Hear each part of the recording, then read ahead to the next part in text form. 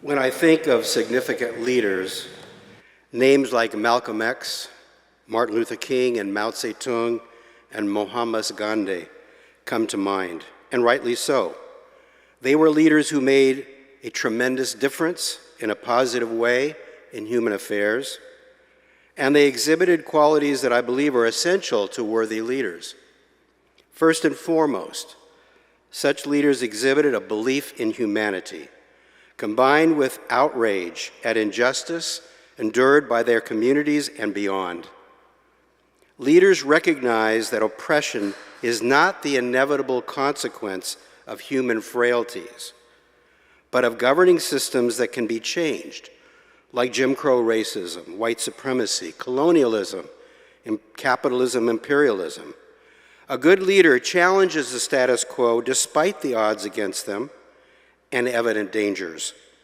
They manifest a confidence in the people and a firmness in principle while being flexible in tactics, an eye fixed on strategic goals while learning along the way. Good leaders recognize that open exchanges of views are essential for pursuing the truth, an indispensable necessity in the quest of human liberation. Effective leaders do not promote or seek revenge, but rather transformation. While there are no perfect leaders, and those mentioned here had weaknesses, they made positive, world-changing contributions to the cause of social progress. And if, in the end, as always, much more remains to be done. However, much of the significance of these leaders lies in the movements they spearheaded. Human history has been shaped and reshaped by massive movements when ordinary people step forward as leaders at various levels to challenge oppressive systems. We need not go back in history to see this. A movement against fascism is unfolding before us as we speak.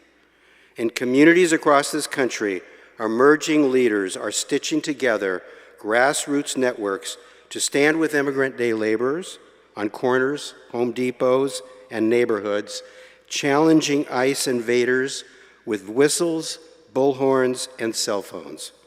Street monitors in cars, bicycles, and on foot serve as early warning systems around schools, government buildings, and small businesses. They accompany immigrants to court, hold vigils at detention centers and courthouses. They distribute food and accompany adults to work and children to school. Their numbers are growing. When Trump threatened to send ICE and the National Guard to the Bay Area, one network grew from a few dozen to 700 overnight. 5,000 attended a Zoom training on a few days' notice.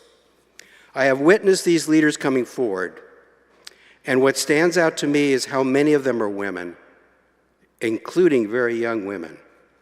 There's a recognition that a bedrock of fascism is to devalue women's worth, abilities, and right to choose. New York Times columnist Michelle Goldberg pointed out, now we are seeing an outpouring of misogynist rage.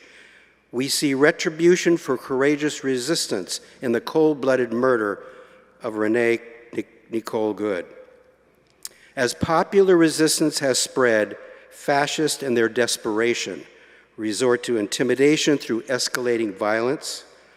A mark of leadership in this moment is to inspire defiance, recognizing that the power of an awakened, determined populace can defeat an oppressor. In witnessing these ordinary people stepping up to do extraordinary things, instilled with a confidence in humanity and a determination to bring down an unjust system, it gives me hope in these times of trouble. To all who are stepping forward in these times to become leaders in this emerging movement, please know that you have our deepest thanks and respect.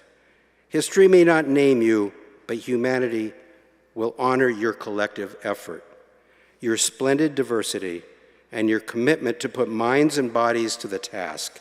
Courageously persisting in the pursuit of love and justice shows us there is a pathway to defeat fascism and forge something better in this world. And what could be more beautiful?